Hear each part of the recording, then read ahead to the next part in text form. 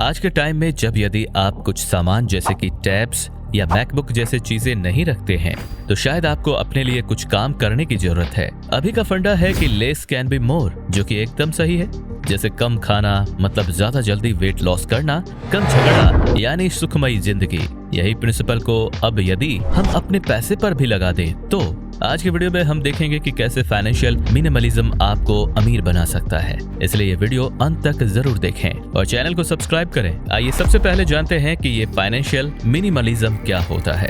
अब दोस्तों, इसका कोई एक्चुअल डेफिनेशन तो नहीं है, पर अगर आम भाषा में कहें तो इसे एक साधारण तरीके से जीवन बिताने को बोल सकते हैं। यानी कोई एकदम ठिंचक स्टाइल या शोर शराबे वाली क्लब्स एंड डिस्को बार से दूर का जीवन। फाइनेंशियल भाषा में बोले तो इसका अर्थ है कि आप अपने जरूरत के हिसाब से खर्चा करें और बेफिजूल की खर्चों को अवॉइड करें। जैसे क्या आपको 5 जूतों की जरूरत है? तो हाँ है, लेकिन क्या आपको 5 ब्रांडेड जूतों की जरूरत है? तो इसका जवाब तो ना ही होगा दोस्तों। फाइनेंशियल मिनिमलिज्म की जब बात हम करते हैं तो हम इसे कंज्यूमर गुड को खरीदने में भी लगा सकते हैं, लेकिन एक्चुअली इसका सबसे बड़ा फायदा है कि हम अपने हाउसिंग, ट्रांसपोर्टेशन और खाने पर एकदम जरूरत के हिसाब से ही खर्च करें।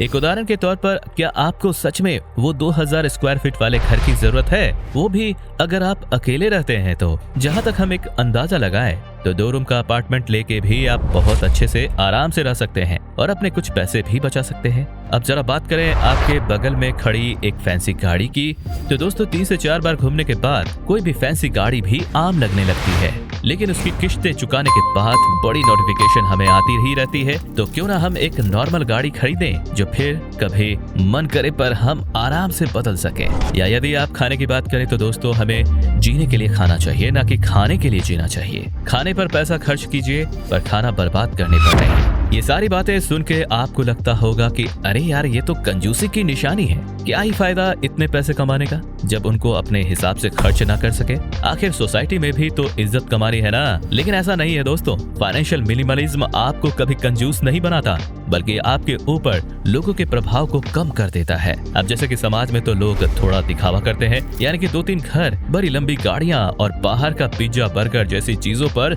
ज्यादा पैसे लगाते हैं। लोग उनकी वाहवाही करते हैं क्योंकि उनके पास पैसा है। दोस्तों, हम ये नहीं समझते हैं कि समाज के ऐसे बेकार कंडीशन को पूरा करते हुए हमें कितना नुकसान झेलना पड़ता है। सबसे पहले तो हम अपनी असल जिंदगी को भी भूल के 9 to 5 वाली नौकरी में खुद को डुबोते ही जा रहे हैं और यही कपड़े, पैसे और जाने किन मोह माया में फंसते जा रहे हैं। इसका कारण कहीं बढ़ती हुई महंगाई है तो कहीं हमारे बढ़ते हुए शौक। इसलिए तो आज भी जब कोई नया आईफोन लॉन्च होता है, भले ही उसमें 99% फीचर्स पुराने आईफोन जैसे ही हो, सब उसको खरीदने के लिए दौड़ते हैं। दोस्तों, हमें ये समझना होगा कि चाहत का कोई अंत नहीं होता।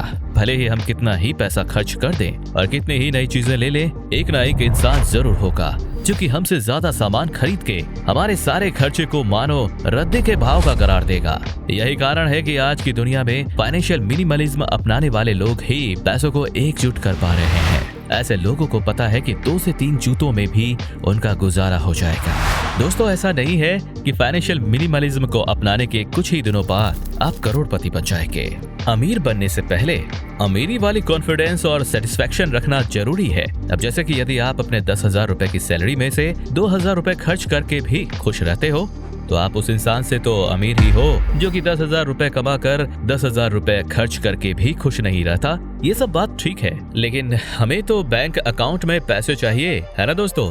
देखिए, जब आप फाइनेंशियल मिनिमलिज्म को अपना लेते हैं और समझ जाते हैं कि 2 रूम के अपार्टमेंट में भी रहना ठीक है, तो बड़े घर के मुकाबले आपका लोन, EMI की किस्तें और घर के छोटे खर्चे बच जाते हैं। यही बचे हुए पैसे आपके फाइनेंशियल स्टेटमेंट्स को और बेहतर बनाते हैं। दोस्तों, फाइनेंशियल मिनिमलिज्म से आ रहे एक और बड़े फायदे को हम भूल रहे हैं, जो है अपॉर्चुनिटी कॉस्ट, जो कि असल में एक काम करने के कारण आगे के कामों में क्या बदलाव जा सकता है का मतलब है। जैसे यदि आप रात भर जाग के मूवी देखते हो तो आपका अपॉर्चुनिटी कॉस्ट होगा अगले दिन की एक्सरसाइज, या फाइनेंशियल भाषा में कहे तो यदि आप 50 ब्रांडेड जूते खरीदते हैं तो इसका अपॉर्चुनिटी कॉस्ट होगा कि अब आप अपना मनपसंद शर्ट नहीं खरीद पाओगे। दोस्तों, यदि एक चीज लोगे तो दूसरा छूटेगा ही। यही अगर आप फाइनेंशियल मिनिमलिज्म को अपना लेते हो तो आपके सारे अपॉर्चुनिटी कॉस्ट हट जाएंगे। जैसे ना आपने जूते खरीदे, ना आपके पैसे बर्बाद हुए, और ये सेव किए हुए पैसों से आप अपनी मनपसंद के बुक्स या कोई भी कोर्स खरीद सकते हैं। दोस्तों, फाइनेंशियल मिनिमलिज्म से आप बेफिजूल के खर्चे को कम करके पैसे तो बचाते ही हो, साथ ही उन पैसों को इन्वेस्ट भी कर सकते हैं। यही इन्वेस्टमेंट बाद में आपको कंपाउंडिंग के फायदे देगा। सही मायने में फाइनेंशियल मिनिमलिज्म आपको कम पैसे खर्च करवा के वो समय देता है जो वैसे तो आपके पास नहीं होता, क्योंकि समय से मूल्यवान कुछ नहीं है। इसलिए फाइनेंशियल मिनिमलिज्म आपके पैसों के साथ साथ आपके समय की भी बचत करता है, जो कि आप कुछ बेकार सामान खरीद के बर्बाद कर रहे होते हो। दोस्तों, इन्वेस्टमेंट में आपके पैसों को ग्रो करने के लिए समय की भी जरूरत होती है। सही समय पर इन्वेस्टमेंट करके आप ये समय का सही इस्तेमाल करते हैं। क्या आप जानते हैं कि अमीर लोग और नॉर्मल लोगों में बस एक ही बड़ा अंतर होता है, और वो है कि आप अपना समय और पैसे कैसे इस्तेमाल करते हैं। फाइनेंशियल मिनिमलिज्म आपको समय और पैसे दोनों का ही भंडार देता है। ये सब सुनने के बाद आपको लगता होगा कि फाइनेंशियल मिनिमलिज्म सच में एक बहुत ही कमाल की चीज है, पर ऐसा भी नहीं है दोस्तों। फाइनेंशियल इंडिपेंडेंट या रिटायर अर्ली कम्युनिटी में हम देखते हैं कि वो इस प्रोसेस को बहुत ही आगे ले गए हैं। जैसे एकदम फटे पुराने कपड़े पहनना, या हफ्ते में एक बार नहाना, या पेट भर के खाना खाना, या अपने बच्चों के साथ कोई भी वैकेशन एंजॉय नहीं करना, ये सब कुछ ज्यादा ही हो गया है। फाइनेंशियल मिनिमलिज्म का अर्थ है कि बेफिजूल के खर्चे कम करना, न कि जरूरत के खर्चों पर बिंदु लगाना। इसलिए दोस्तों, जब भी आप कोई चीज फॉलो करते हैं तो थोड़ा समझदारी और होश के साथ फॉलो करें, क्योंकि यदि आप चाहे तो फाइनेंशियल मिनिमलिज्म को सही तरीके से अपने लाइफ स्टाइल में ढाल के आप भी समय और पैसे की बचत कर सकते हैं। आप अपना कोई भी नया टैलेंट ढूंढकर पैसे कमा सकते हैं, या कोई बिजनेस आइडिया सोच सकते हैं जो कि अल्टीमेटली आपके इनकम को बढ़ाएगा। याद रखिए कि सेविंग से ही कुछ नहीं होगा, आप उन पैसों को इन्वेस्ट कर सकते हैं जो कि बाद में आपको अच्छे रिटर्न्स देगा।